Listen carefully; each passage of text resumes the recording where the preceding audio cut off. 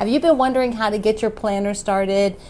Maybe you have a question about how to use fleece in quilts, or maybe you just need a fast meal. I know I do. I always need a fast meal. I'm Pat Sloan. Thank you for being here. This is my fireside chat here on Monday night at YouTube and Facebook. I'm so glad that you joined me. It's thrilled to be starting the new year. Took off my New Year's Eve hat because now we're here in January. Yay!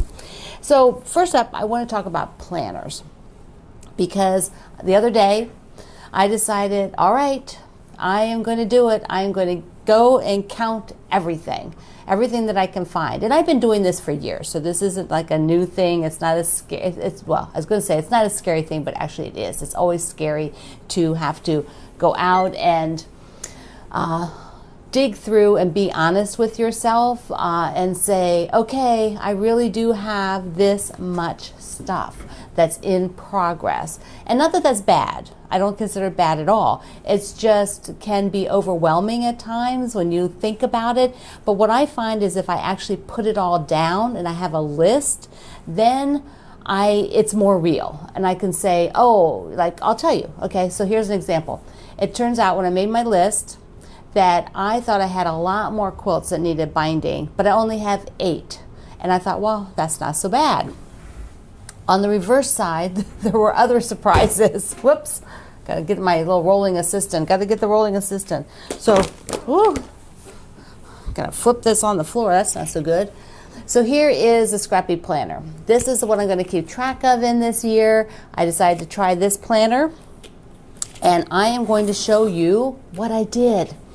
So my handwriting is atrocious, so you won't really be able to read this very well, but let's come down here. I am not known for my handwriting, that's for sure. So let's get a little closer in, and you can see what's going on. There it is. So I made a list. I went through and decided that I would list. I made like a little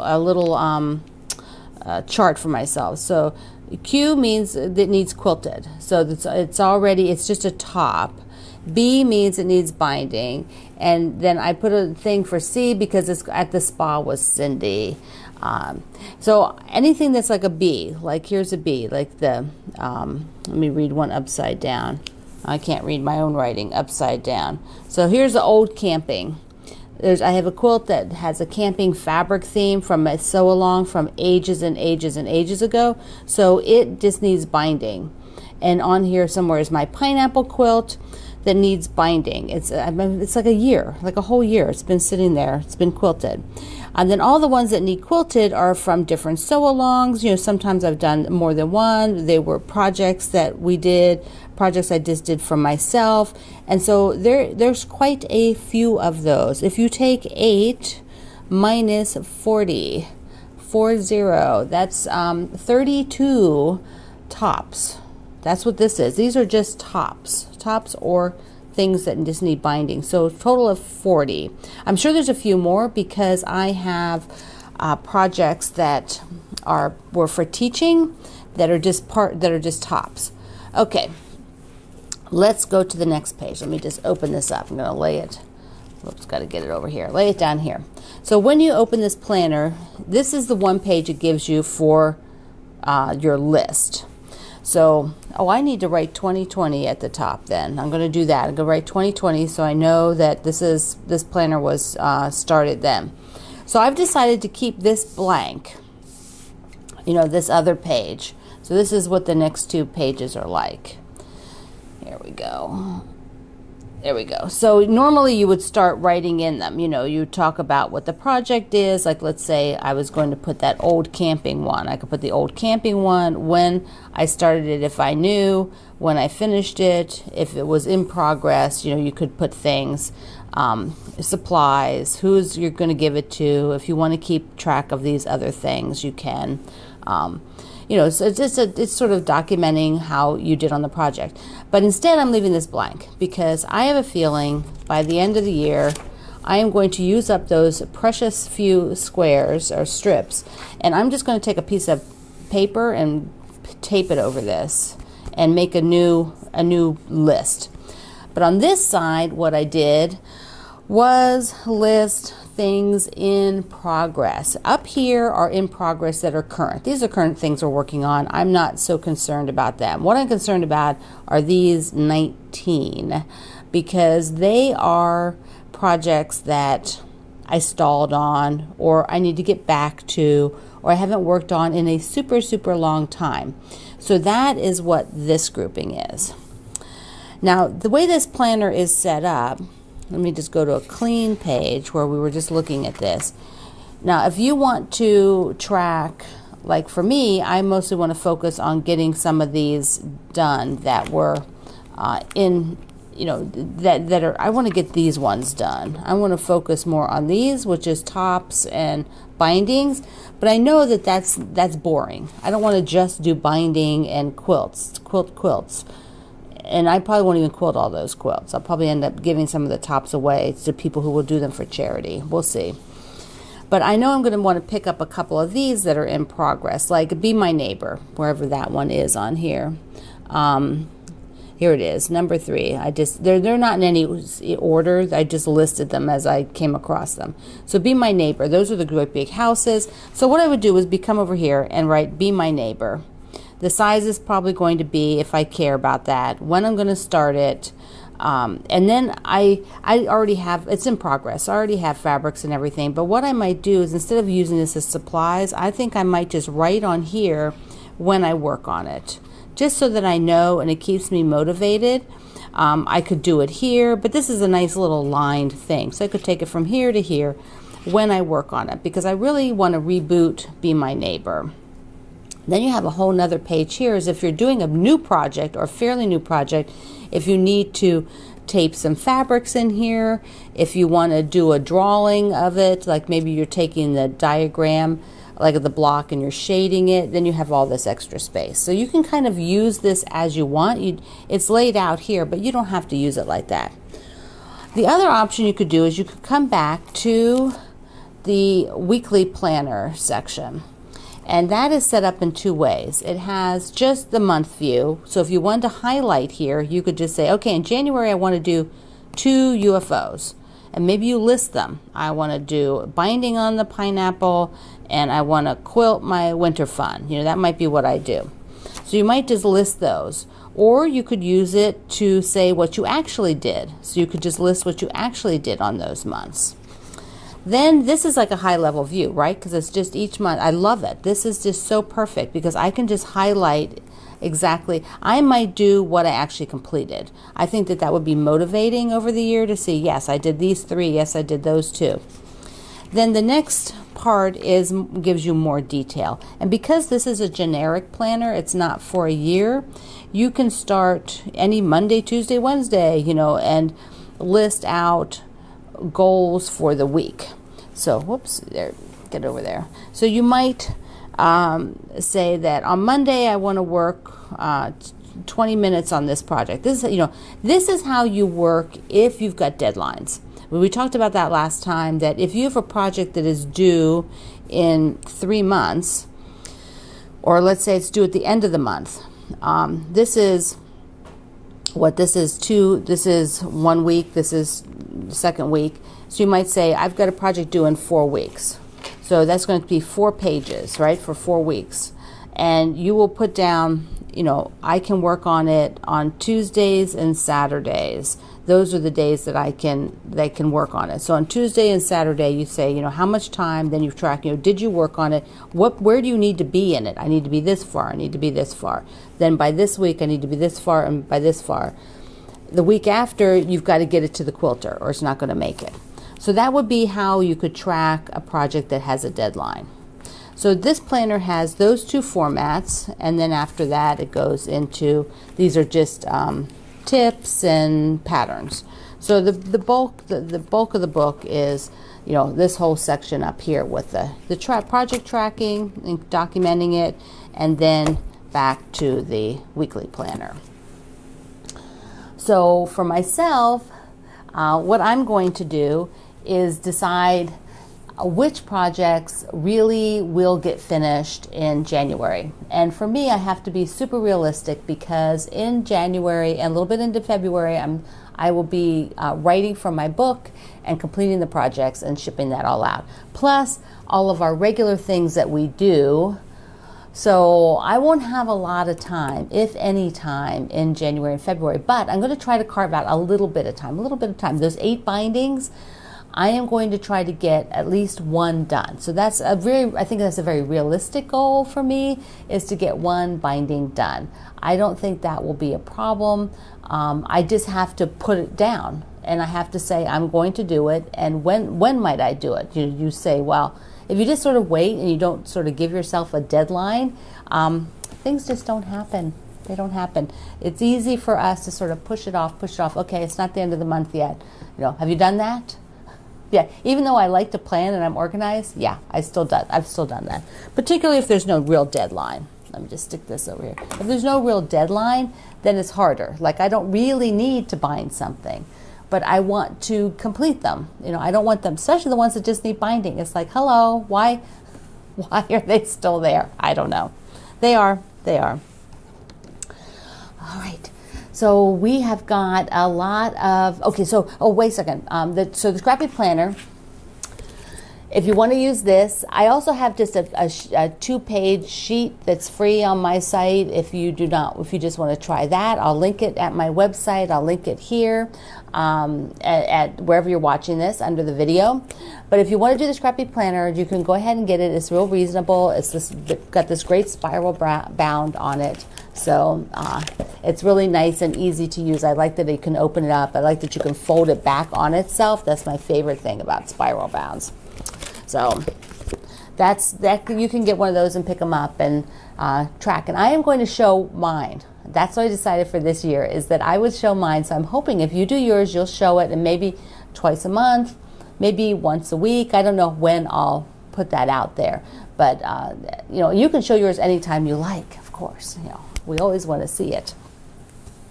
So the traffic jam is the sew along. Yay! That is what is back on my wall. Let me lift that. See, there it is. This one, let me get out of the way. This one is going to be 5 by 6. Now I am toying around with making it 6 by 7 or 5 by 7. I'm just not sure. I think I might instead just do some borders around it and call it done. This one is going to go to my brother, so don't tell him. Don't tell him. Shh. But he's tall, so he requested one that was longer next time, if possible. So I thought, oh, what the heck, this will be that one. Then the other, I've got a couple, I figured out a plan for these, which I'm super excited about. So they're going to go to a little boy in our family, my little great nephew. So I've got a plan. So that'll be the other one that I'm more focused on after the blue one's done. So I thought I wanted to talk a little bit more about how to be efficient with your sewing of this, because I was reading your posts in the Facebook group and my neighborhood over there, and people had some great ideas, and something just clicked with me, and I think somebody said it, but I can't remember who, that they were making 4 patches. And I'm like, oh yeah, that's exactly what this is. So when you look at the block, I'll hold it with one hand here. This is a 4 patch. This is a 4 patch, right? And then you got a 4 patch, 4 patch, 4 patch. So there's 3 4 patches. But 4 patches start as 2 patches. So let's do this. Let's look down here again. Yes. So I have got, first of all, I have got this whole stack. This is all been sewn, and I need to make 5 more blocks. So what I did is I just started sewing pairs. And because the navy, okay, so let's come back up here. So the navy one behind me there, the navy one is very tonal. I don't have fussy placement, unlike the gray and green. The gray and green, because I use some of these dark grays, I don't want them all lumped in the middle, which you could do. That would be kind of cute. Actually, you could have 4 in the middle. That would be super cute. or I don't want them all like in one side. So I am sort of fussy placing those. But when I'm doing the navy one, they're all pretty. I just don't want two fabrics next to each other. That's it. I don't care. You know, I don't want to make it look like a rectangle. You know, I want to keep it looking like squares. So what I did is I just took my huge stack, which I keep here. I keep these over in my basket. So right now I don't have that many left in there. I've been using a lot of them.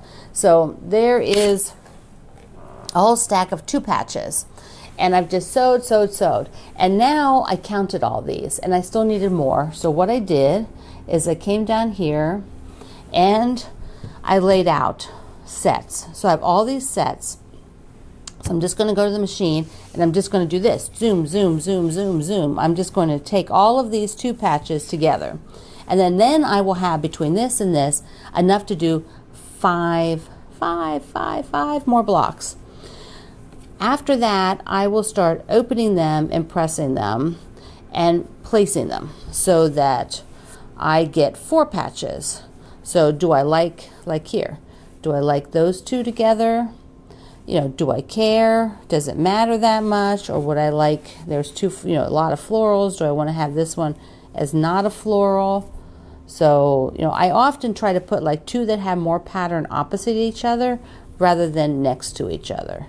You know, I just, in the scheme of things, does it really matter? No, but it just helps my brain. So I would then create these 4 patches, and from there, I would have 2 sets of 4 patches, and then 3 sets to make the middle of the plus sign. So the 2 corners, and then the center of the plus sign.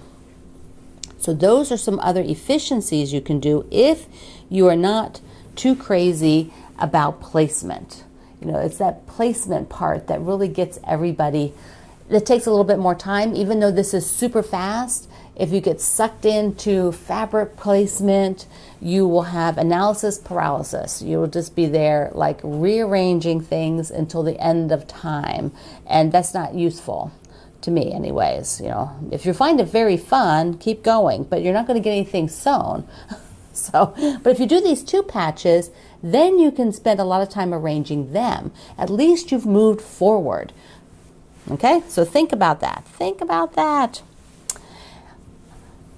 I want to add a new sort of segment into the fireside chat of tool talk, tools, because we have so many cool tools out there and I get a lot of them in to look at. So the first one I'm going to show you has to do with these. So that is awesome. I got in the seam roller the other day, the Sew Emma seam roller, and this one, let me open it up. I just love it because they built the right kind. They did the right kind. These were originally, like, if you have done wallpaper, you've seen them for wallpaper, but it's hard to find the really good ones, and that's what this is because it's wooden. Now, what do we use this for? I thought you'd never ask. So come down here. And when you're sitting and working, if you don't want to get up to go to the ironing board, although I do encourage you to get up to go to the ironing board because it is good for your health to get up and move around. But if you don't want to get up every single square, which would be a little ridiculous, what you can do is take the seam roller and you just go over the seam like that. And it's basically pressing it.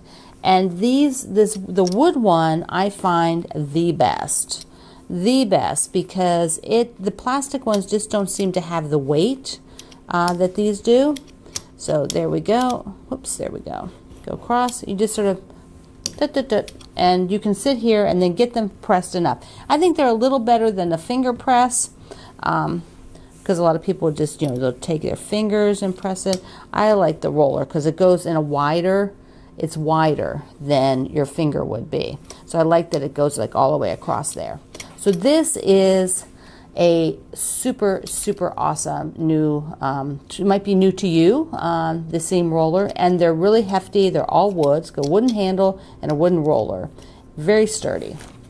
So that is the one that I recommend. Okay, and I've got a second tool talk today because I want to share this again. And I've shared it before, but I know a lot of friends have not seen it. So a lot of you. So this is a nifty little tool that will do two things. First, let me get it out here. It's got, and I will link, I'll put a video out, on my article at my website, because there's an awesome video by the Dritz company that shows you how it works. But there's two parts to it. First is this part. This holds the needle. You put the needle in here so that when you're doing a new needle, you don't accidentally drop it. And plus it's hard. A lot of times our fingers don't have the dexterity anymore, or the actual, you don't feel as well on the end of our fingers sometimes. So this will allow you to put the needle in here, and I should have had a needle out, but put the needle in there, and I don't have one handy. And then you can just hold it. So then you're just holding this whole unit and putting the needle in. And then the other side is a threader. So this is a needle threader. And the video that I'll link you to, it shows you it up close, exactly working, and it's awesome.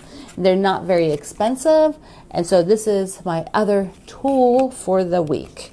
These two are must-haves. So also, while we're talking about that, I want to thank you for using all my links, because when you do, that helps support our small family business, and it doesn't cost you any more to use our links, and I try to find everything at the best price that I can for you. So, you know, you might as well get a deal, and then it helps us out so we can do all the fun things. That's always cool. All right, what are we doing with the sew-alongs? Let's get caught up to date here. Where is it? I brought my container for Out West.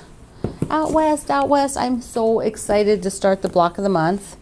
And here is block 1 of Out West. Do you like it? I just love it. And I just love the fabrics. Now we did run out of the border fabric. We've sold all of it. We made kits 3 times. So those of you who are able to get the exact thing that I'm using, yay! The rest of you are going to use your own fabrics or use other fabrics I suggested. Also, if you like any of these fabrics, you can buy just that. Like you could buy this paisley, which by the way would make an awesome border.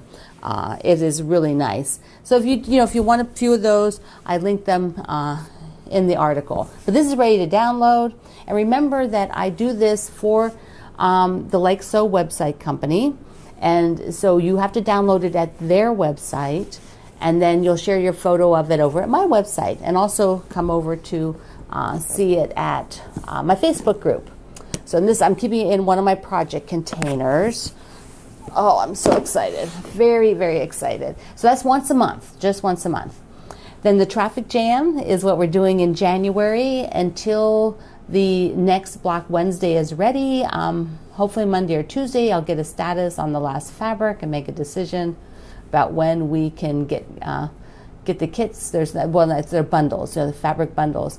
So we had a couple of times where fabrics, the manufacturer just discontinued them before we got them in. So it's been a little challenging to get the fabric in on that one, because we do a custom group of fabrics for that. So, but it'll be soon, and we'll be starting that one later in January. It'll be every Wednesday, will be a new block. So in the meantime, this is our fun of traffic jam.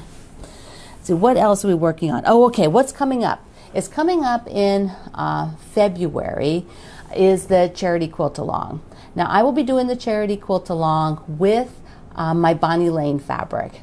But I have a surprise for you, hopefully on the next fireside chat. So just, you want to be sure that you've already subscribed and click the little bell afterwards so you get the notification so you don't miss, because I have a surprise about the charity quilt along. I believe that starts like the second week in February, something like that. So very soon. And then the other one that will be starting up again is our Aurifil Designer of the Month on the 15th of January. And generally, I think next Fireside Chat I'll talk about Aurifil a lot, But for today, I just want to tell you that I have to pick my fabrics. I don't make my quilt out of the same fabrics that the designers do. I'd like to show you an entirely different quilt, you know, show a different kind of blocks. So I am looking at 2 sets of fabric. Let's just look here. I've got all these little squares. Let me just push those over there. So this is the one set of fabric, which is called Goldenrod, that I'm looking to make the designer of the month in. It's got this gorgeous navy. Let's see, let me just pull the corner off here. I love this navy with this flower, and it's from One Canoe Two, and they always do a really nice job coordinating. So it's got some really great prints, and then the aqua colorway, and then the peach, and the gold. I don't know. This is what's speaking to me. This gold. I love it. Gold and the peach. Where do we get that? Oh, and it's got a big print. Oh, I didn't see that. It's got a word print in there, too. So I'm looking at that. But then I also got this bundle, which, I don't know. I love this. This is from my friend Lindsay, and it's called Flour Sack. So it is, she collects, and she's written books on feed sacks, and so these are inspired by feed sack designs, and I love this, and it's got that gold again. Although to do the quilt, I would need some more gold. So I'd either need to, like, rob some of the ones from over here, which I think would work perfectly.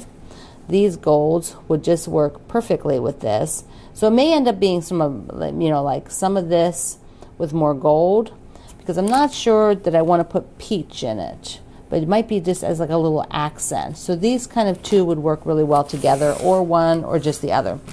But this is flower sack. Is that what it's called? No, flower garden. This is called Flower Garden, and this one is called Goldenrod. So for my Aurifil Designer of the Month, that is my current dilemma. I know, it's a first world problem. Which fabrics do I use? Because they're both so cute.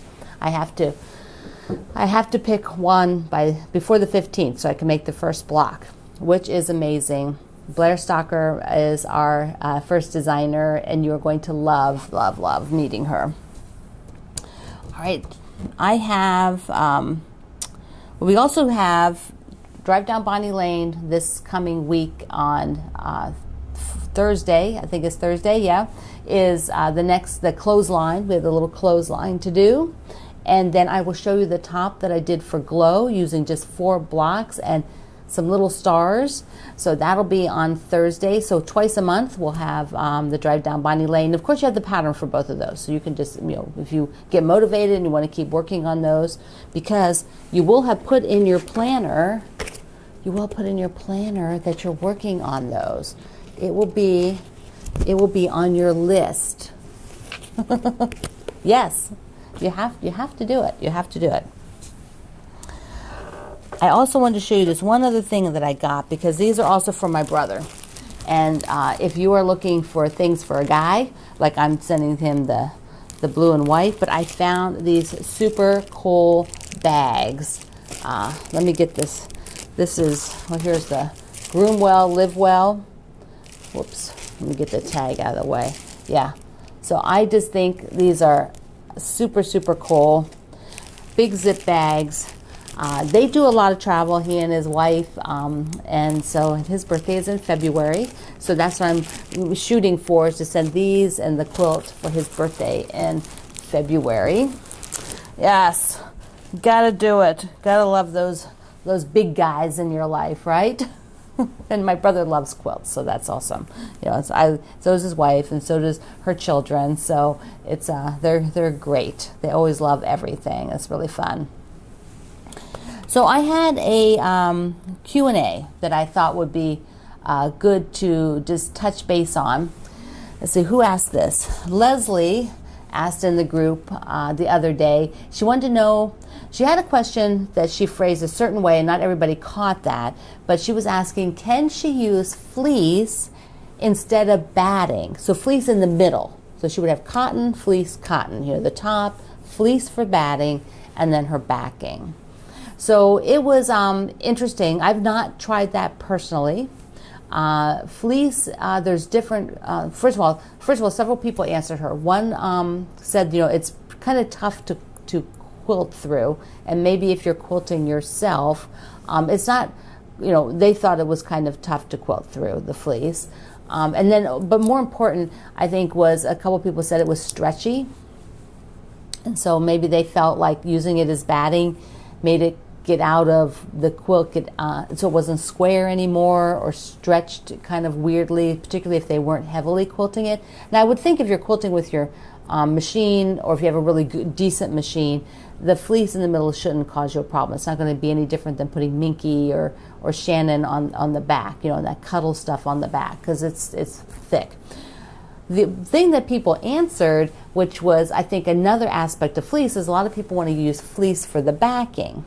So I've done that twice. And so I'll tell you my experiences, and then I'll tell you what I researched. So I have one, and it's still in use here in the family. Greg uses it a lot. But it is pilled up a lot. It is pilled, and then it got to the point where we wash it a lot because it's it's like a sofa thing. So it got pilled, and then the pills kind of flattened, and they're kind of okay now. But I wouldn't, that particular one, that manufactured one, I didn't like the quality. The other fleece that I used, I didn't have any batting. It was just the backing. It was a top and fleece, and it stretched and got all crazy out of sorts. It was not good. I would not recommend that. I have used Shannon's Cuddle and all their different products for the backing. I've used it with batting and without batting, and I love theirs. It doesn't stretch, but it's not fleece. That's a different kind of product. That's that kind of cuddly stuff. I just love it. So let's go back to fleece. So I did some research, and there are pilling fleece and non-pilling fleece. Basically, it's the quality of it. If you're going to buy inexpensive fleece, which is probably why somebody, you might want to use it because you bought it inexpensively and now you own it, and what are you going to do with it? Maybe then you might put it in the middle and more heavily quilted. But if you're buying it for the back and it's inexpensive, it is probably going to pill, and it's going to get all these little balls all over the back, and it's really not going to look very nice nor feel very nice, to me anyway. But you think of it as when you buy clothing. If you bought a fleece, like a vest like this, or a jacket, a fleece jacket, those can pill if they're not good quality, but a lot of the good quality ones, they don't pill because that's a different manufactured fiber. There's non-pilling and pilling. And I'll link to a little bit more technical article on the differences that I found, which I thought was interesting, so you can understand the manufacturing behind and what you're looking for. Which means, ultimately, if you want non-pilling fleece on the back, you're going to pay more because it's a higher quality product. So there you go. That's my short fleece. If you have more thoughts on fleece, on how it's worked for you, I think a lot of people have managed to find non-pilling fleece and used it for the backing and have had success. So leave comments. Let us know how that is. So what am I doing here real quickly? What have I been doing is I sort of took a little bit of time to do some rearranging of my work things. I got things cleared out that were finished for the most part. I'm almost done with that. I have a few little bins I need to look in and say, I've not been working on that. I need to move it to the auxiliary storage in the dining room, which I have 2 big shelves in there, which are work storage. And so I've been doing that, plus our regular sew-alongs and things like that. Like yesterday, I went and took some time to go hang out with my friends for the morning. They were all learning to knit. I was not. I went to hang out and did some stitching on a quilt. So now, tomorrow's Tuesday. This is Monday night. Tomorrow's Tuesday. I have to pay the piper. I have to get back to work. So my January will be first focusing on getting my book all wrapped up, ready to ship. And then I have some other design stuff that's also going on, but then some things for the future part of the year that are going to be super, super fun. We're going to have a good time. And I'm going to be doing giveaways still in 2020. Probably not every week on the Fireside Chat, so you always have to pop in to see if there is one. But I'll probably do them a couple of the chats each month. And if you are today have not entered my New Year's Day giveaway, I'll have the link down there. So be sure you go over and do that. So I have a little, this is my package for today, and I'm going to show you what's in here. So you're going to leave a comment at my website, and somebody will get this goodie bag. And the comment to my website is under the video. And the question you're going to answer, I will tell you after I show you this stuff. So I have this nice pink seam ripper in this goodie bag. A pair of snowman socks. So even if you're in Florida where it's warm, you can feel cozy. A little cleaning package for your machine, which is, whoops, let me see, get that open. There we go. It's got these great little brushes and a cleaning cloth.